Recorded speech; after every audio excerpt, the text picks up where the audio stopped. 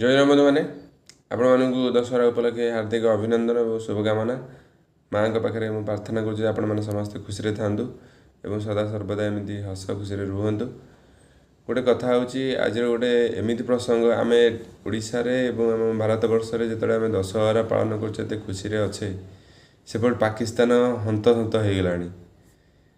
गोटे हंतसंत कौन भारत एमती गोटे चटणी बसई जोटा कि पाकिस्तान आज पर्यंत भावुव एपर्यंत भी भावुव कहीं एशिया कप विजय लाभ कर ट्रॉफी आनी और सेठाकार राजनेता जो अपमान देकी छाड़ी से एपर्यंत गालू से दाग लिभि ता सहित पीएके बर्तमान 3टी सिटी बहुत बड़ धरणर रैली हो दाबी रखी 30टी दाबी रखी और से 30टी दाबी जदि 15 दिन भितर जदि फिलअप न करती ताहले पीओके मध्य भांगी जाई पारे।